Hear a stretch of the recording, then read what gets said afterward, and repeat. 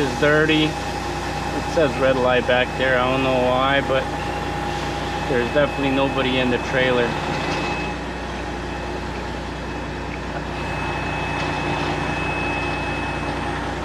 I was in the trailer and we unloaded it, so I know there's nobody in there. Shut the door. Delivered some mail, as you can tell, and about to go find a truck stop. It wasn't too terrible getting in here. We'll see what it's like getting out of here. It's definitely a spacious place. This USPS feels like Gotham City. Looking at that freaking bridge.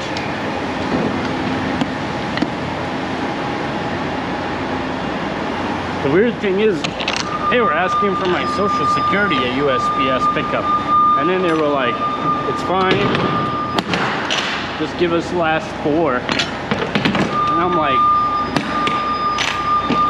I don't feel safe even with that, because they write all your pickup info and your social on this piece of paper and they just throw it on the table.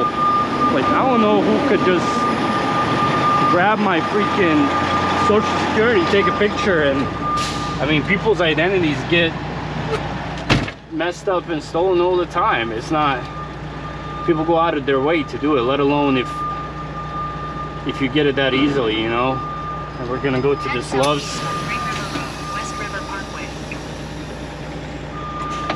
So we should be able to turn right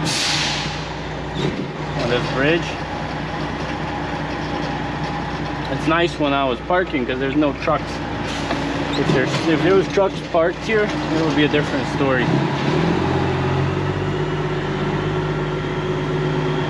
And as you can see, it's still tight. Let alone if you've got a bunch of trucks on both sides.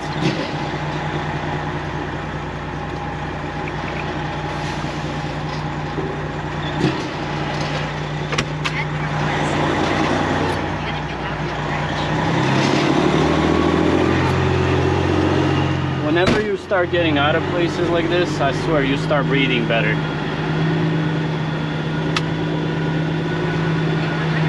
I would not like driving in the city, man.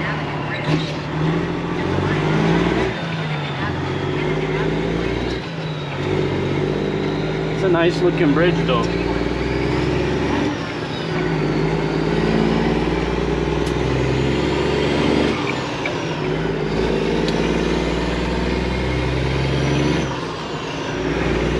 Seems fairly clean. Seems like a nice city.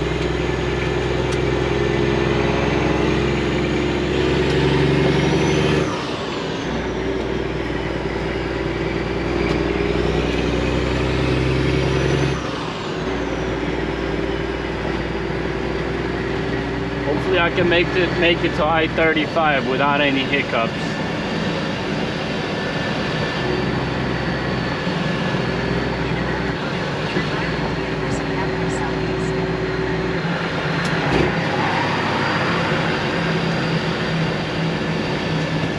It always sketches me out seeing things like this without clearance signs.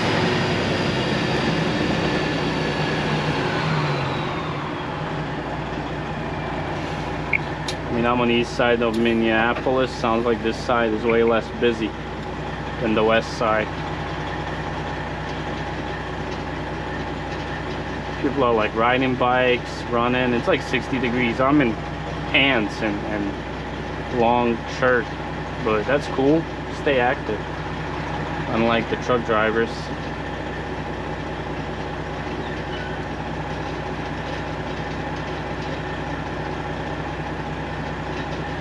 So we're turning right up there on University. Maybe we'll swing into this lane as well.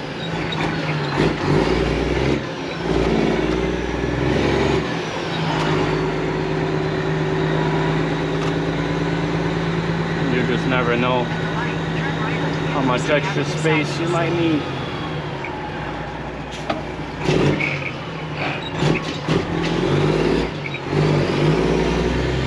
Better have space and not need it than need it and not have it.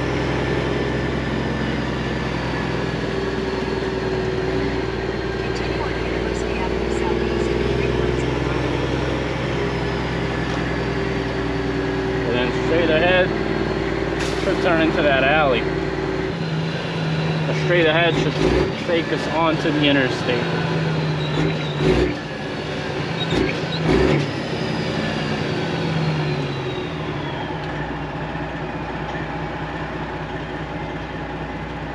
Must be kind of cool living in the city. I don't know how I feel about it. I mean, definitely not with a family. Maybe when you're like in your early 20s or going to college and stuff like that, it'd be cool. Definitely don't see it with a family.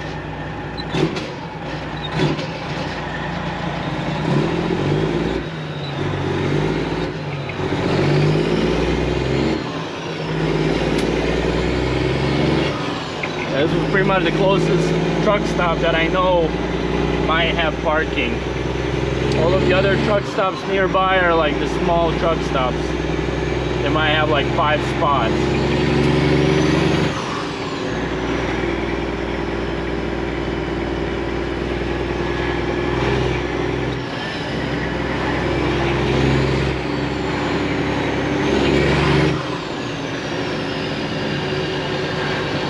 Everybody at this USPS seems like they were Somali. Like, I don't know what the deal is with Minneapolis.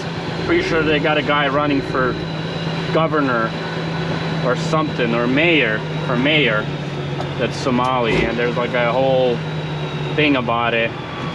People aren't fans of it.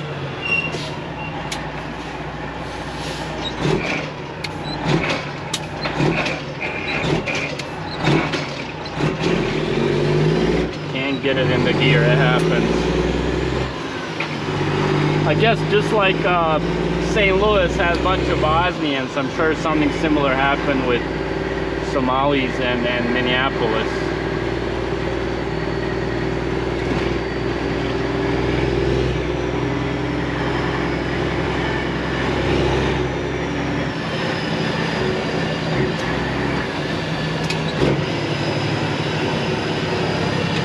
You can see people are in coats, and then you have others in sweatshirts.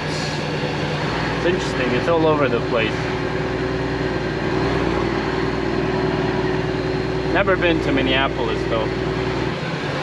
Hopefully I don't mess up my stacks here.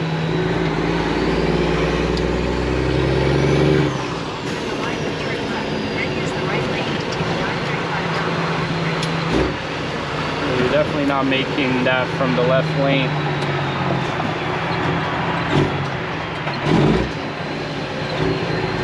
It was tight even from that lane.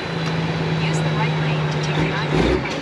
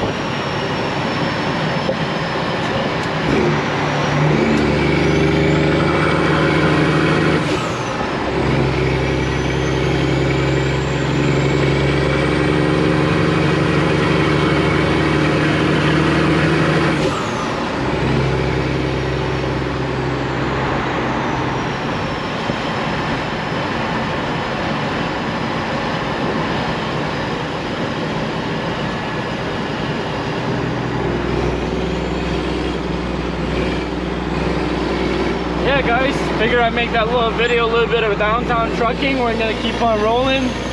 Catch you on the next one. Stay safe, keep it trucking, keep it moving. Peace. So as you can see, we're at a truck stop. Figured I'd go into this thing and kind of show you what this thing can do. So basically right now just scanning modules for my 12.7, and like I said, I don't have emissions, so I can't do like a force regen or anything like that, which this thing claims it can do. Maybe down the road I can go to another truck and see what it can accomplish. But basically right now it's just scanning modules for my OBD2. Main thing with my truck is I have a fan that's not kicking on automatically, and I gotta manually turn it on. So we'll see if it can detect anything along those lines. But I don't have any check engine lights, so it definitely found some faults on brakes. Let's see what's on the engine. So it's saying I have a engine coolant temperature, coolant level, air inlet temperature, auxiliary output device,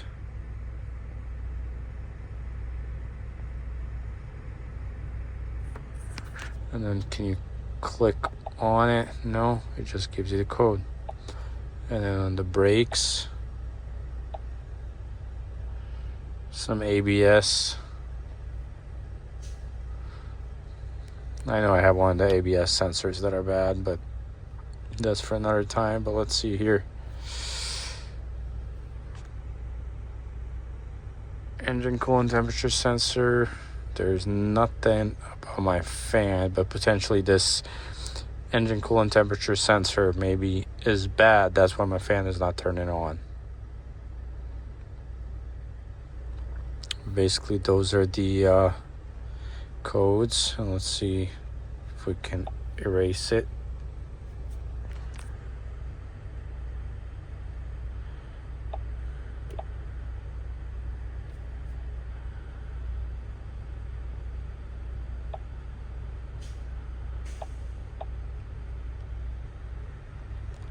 And then you have live data that you can do as well, which in that case we would have to fire the truck up.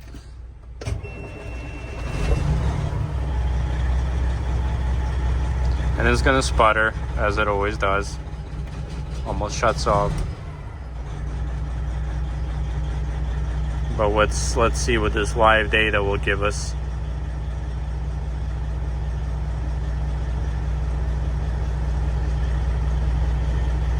But definitely got some codes going on there. I figure it might be better at night to record where you can see the screen better. I don't know how good it is, but we'll see. But the touchscreen is definitely good. It responds fairly quickly. It's not like super slow or anything. I mean, you know, it's a nicely built little thing. I mean, for the money, it's not bad. So it's reading your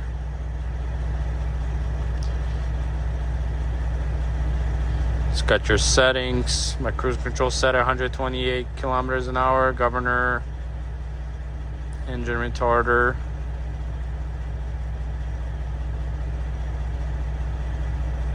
So it's saying my average fuel economy is 2.6, whatever the hell that means. Engine rated speed at 2100 RPM. Total idle hours, 817 idle hours. So it's definitely nice if you go and buy a truck and it's got low miles, you can check idle hours. Fuel used. I have 314,000 kilometers in this motor. Total engine hours, 4,164. So that's cool. Total fuel used, clock minutes.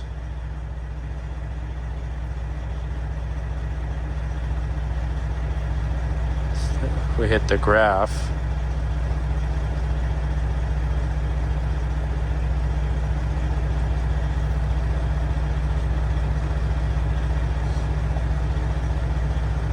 So ECU information. Gives you your ECU stuff. You can read codes, clear codes, brakes. We're gonna definitely have to check out those ABS sensors. We're gonna exit.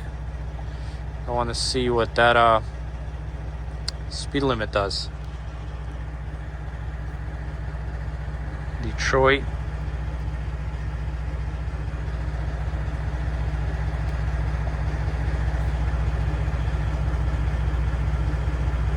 I wonder if there's like a code or something on there, and for you to be able to charge it, change it. I mean, because Freightliner charged me freaking like $400 to change my cruise control speed,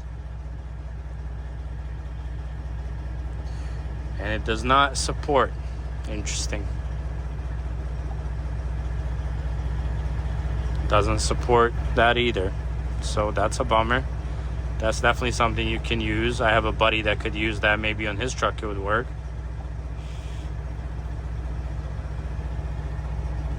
Well, what is remote control?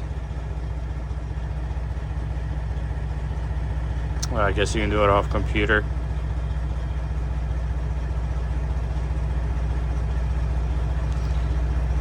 ABS. Oh, it's got a bunch of cars, so yeah, you can definitely use this on cars. GM, Detroit.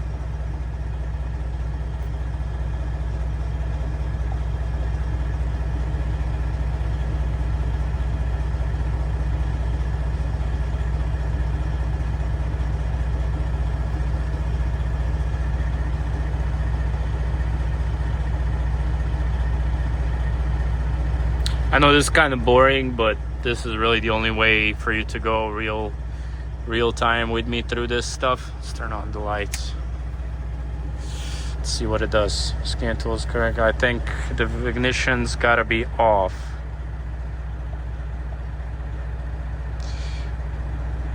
Let's see about that injector cutoff.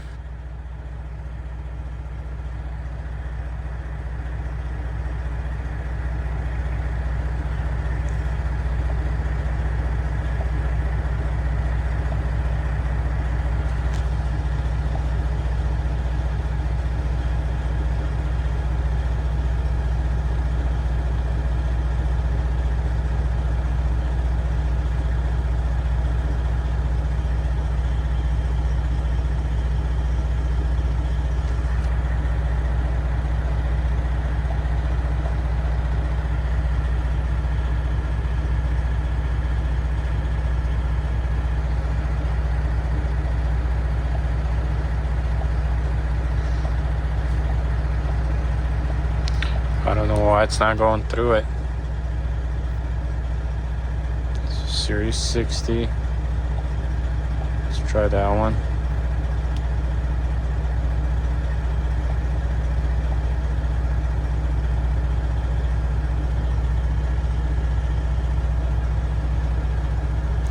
It won't do it.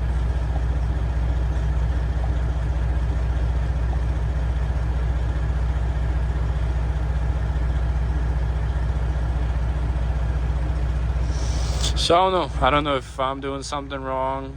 I mean, this thing will definitely read your codes, tell you what you got going on, if you have a bad ground or something, if you have a bad sensor. But as far as like this more complex stuff, I have to figure out how this stuff even works. So you have a diagnostics, ABS. So if you click on DPF, Detroit,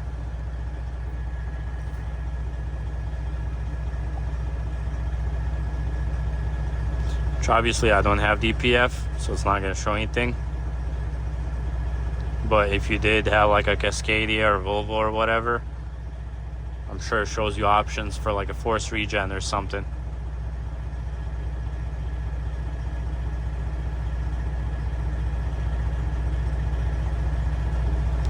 Obviously not supported. Let's do a diagnostic. Oh, you got diesel engine on highway truck. So this is for heavy equipment, heavy machinery. Diesel engine, Detroit.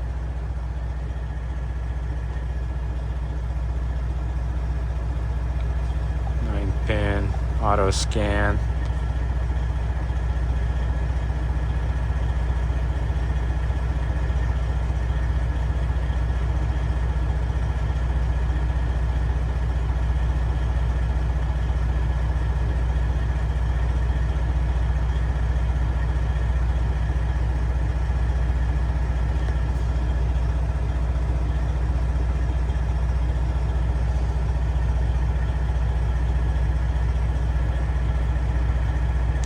So I mean, while that's doing it, like I said, it seems like it's basically a very good scan tool. Now if you're trying to get something to recalibrate sensors and things of that nature, more complex, this is probably not the right tool. This is something that's, I would say, mid-level, that's going to read codes and give you a good idea of what's going on. But if you're looking for recalibration and all of those features, you're probably going to spend a couple $1,000s to be able to get software like that. I think this is great for like an owner operator on the road. Like, let's say you get a bad camshaft position sensor, check engine light, truck won't turn on. You can connect this up and it'll tell you, hey, you got a bad camshaft position sensor, or you have bad low voltage, meaning you got a bad ground or bad wire, and you can figure it out instead of having to call towing or take it to a dealer. So I think this definitely has its place and it's good, and there's definitely features on this that I got to dig more into and see how they will work, and then, you know, go from there. But basically, for this kind of the point of the video is for me to go through it just as you would if you bought it. So we'll see. And yeah, I don't know why I did this, because the truck has to be off for you to be able to do the OBD2. So yeah, that's kind of your screen, injector cutoff, DPF limit, ABS, your updates, auxiliary tools, settings, remote control, firmware, shop manager, and that's about it. I mean, you got your connectors, you got your touch screen. That's it, guys. Hopefully this showed you what it can and cannot do for now until I figure it out. But that's gonna do it for the video. Hopefully you got something out of it. I know it's kind of boring and clueless at the same time for me going through it, trying to figure out how to work it. But the more you have it, I mean, is it worth it for $500? I think so. I mean, like I explained, especially if you have one of these older trucks where it's not complex and crazy ECU and everything's got a brain of its own, I think it's great. Now, if you're looking for something on a shop dealer level, this is not the tool. And then also, like most of those like speedometer changes and stuff like that, you kind of have to type in a passcode or have a software that can break through the passcodes, because a lot of the ECUs are locked, because, you know, obviously company drivers or somebody buys the truck, they can't just change the limit. They got to make sure that you actually own the truck. So yeah, it's about to rain. I'm about to go sleep. And yeah, FOXWELL truck scanner. And I'm also interested to connect it to my car, see how it does. So hopefully we'll make a video on that. But hopefully you liked the video that I did make, and I'll catch you on the next one.